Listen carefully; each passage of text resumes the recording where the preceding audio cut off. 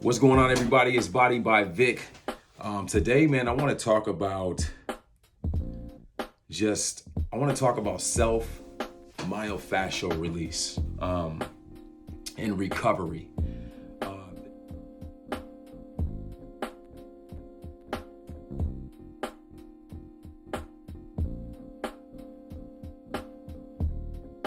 This is something that I think it's overlooked in the fitness world. And it's one of those things where I feel like people don't do it enough. And what I mean by that is, a lot of times we spend so much time weightlifting and a lot of times, we have to even ask ourselves, what are we lifting weights for? Are we lifting it from a functional standpoint? Meaning, is it going to help elevate our day-to-day activities?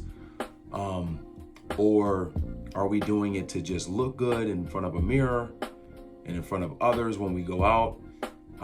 Whatever your reason is, that's your choice. However, I will say this: in doing training and in doing and working out, you need to make sure that your recovery matches that. In fact, I would go above and beyond and say that your recovery needs to be even greater than your training. So the hours that you put in towards recovery need to be greater than the hours that you put in towards training. Because again, a lot of times when we're training, we're tearing muscles,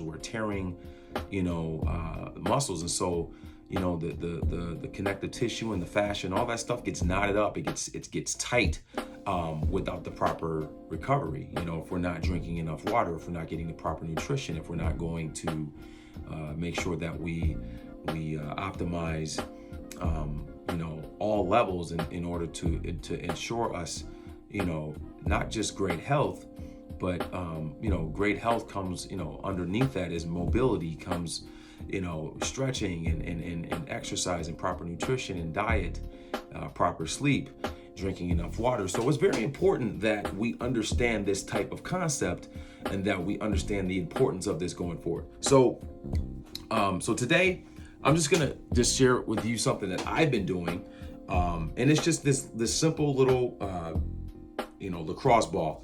You can get these at Dick's for, I think, or Dunham's or any other sporting goods store. You can get these for I think, $5, $10. Sometimes if you get I think you can get like 10 of them for like $14 or something like that. But I say all that to say this, that understanding the importance of this little device is going to improve your mobility that much more greater. And so that's one of the things I use. I also use a foam roll, and I also use a rolling stick to help aid in my recovery. So today's message is more so just to encourage you, like, hey, if you're training, continue to train. I would say train intense, but also train smart. There's a lot of individuals out there that when they are training, they're training a substantial amount of hours.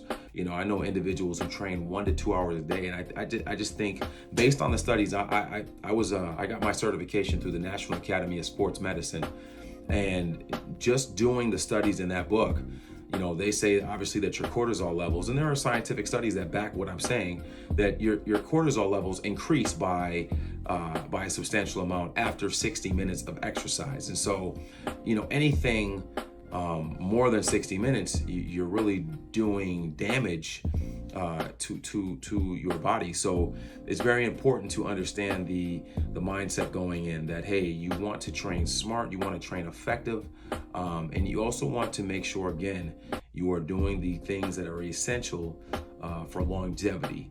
What good is it to be a big buff guy, walk around, your chest is big, your lats are big, but you can't turn your neck. You have no mobility. You can't get up and down. One of my favorite bodybuilders, growing up, and if you see this individual now, it's sad, but I'm not going to mention his name just because, out of respect for him. But a lot of you guys know who I'm talking about. They actually did a documentary on Netflix, and you can see just his limited range of motion because of so many different surgeries that he's had, and just the lack of flexibility because of just intense training. And it was so intense that, it just damaged his body. And if you look at this individual now, he is a shell of his former self. And it's sad, because this guy is an icon. He's an absolute icon. And I adore this guy. And most people that I know adore him. The guy's smile lights up a room, and he had this big physique, but he also had this big personality. And so to kind of see him in his state now, it's motivating for me as a 41-year-old to say, hey, you know what, as I continue to age, and it's gonna happen. I want to be smart about my training. I'm 6'2", I'm 210 pounds roughly. I do jujitsu 2 to 3 times a week. I'm probably right around the 10% range of body fat. But I'll be honest with you, I was not stretching. I was not foam rolling. I was not doing any type of recovery at all. For me, it was all about pounding the weights, getting my workouts in, getting them done, and moving on so I could be, ready for the next day. And it was very little to no recovery at all.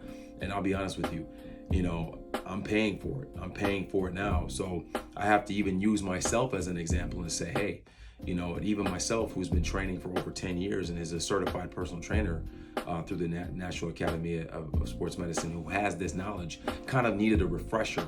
And that refresher came a few weeks back, when I met up with a soft tissue therapist, and he basically told me, hey, you have lots of adhesions within your body, and so that's limiting your range of motion, and it's also leaving you in immense amount of pain because you don't have the proper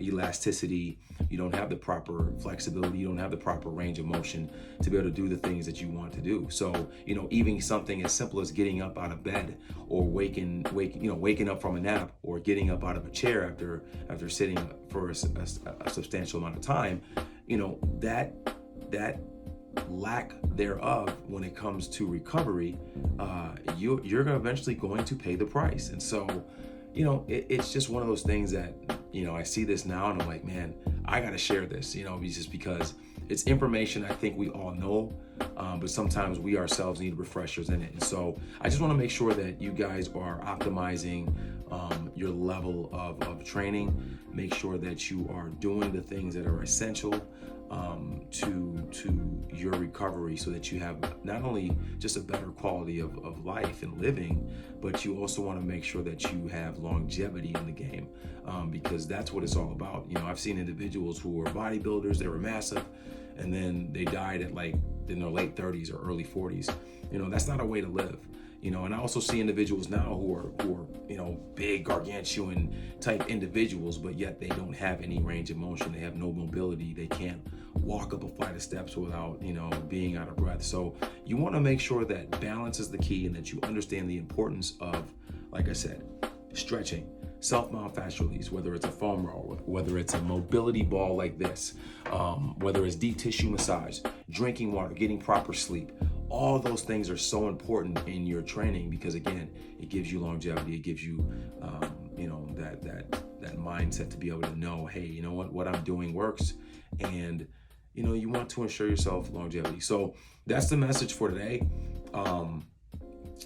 And if you guys have any comments, please leave them on the bottom. If feel free to share your experiences and what stretching, what foam rolling, what type of mobility exercises have worked for you. I would love to hear them, because like I said, I'm a sponge, and I'm taking in all this information myself. I'm not here to just give information, but I'm also here to receive information. And I know I don't know everything, and so if there's something that I can learn from you guys, man, please feel free to share it, and please feel free to share this video. Please feel free to subscribe, as I'm trying to just build my YouTube channel and just give you guys information, and just be honest with you. This isn't going to be always fitness related. There are going to be some times where I just share my heart on a personal level. We're going to definitely tap into some things in this coming year. But for today's message, I just wanted to share about self-myofascial release and the importance of it and how it works within the body. So again, like, follow, subscribe, share this message, leave a comment, and let's learn together. Let's get better together. And two, I'll close with this. Few things, when it comes to stretching, which I'm going to talk about in another video, but I just want to elaborate on this real quick. Make sure that you guys find out which stretching method works for you. There are many different types of stretching. There's PNF stretching, there's dynamic stretching, there's static stretching. I believe there's 6 to 7 different stretching methods. And so for me, I know static stretching works for some muscle groups, but not all. Like my hamstrings need more of a dynamic stretch. That's where you would see a punter punting a football, then they're able to get their quad to their nose or their face because of that constant range of just kicking, that dynamic stretching. So that works for me. But then also PNF stretching works, but usually that requires a partner. Static stretching doesn't work for me as much. And then two, lastly, I would say this, even the massage guns. Make sure, guys, when you're using the massage gun, make sure that you're using it as a warm-up and you're not digging into the muscle, because that type of device is different than actual hands digging into the muscle or some type of foam roller or a ball like this, because that is, you're talking about RPMs and these things are going fast and they're just drilling like a jackhammer to your muscle. That actually can damage the muscle. So make sure that you are doing it smart, effectively, and yeah. So all right, guys, that's all I got for today. Again, Body by Vic signing off. Guys, stay well. Remember, drink your water, get proper sleep, stretch, and just be mindful and be cognizant and understand that balance is the key to a successful journey. I'll see you guys soon, and have a good one.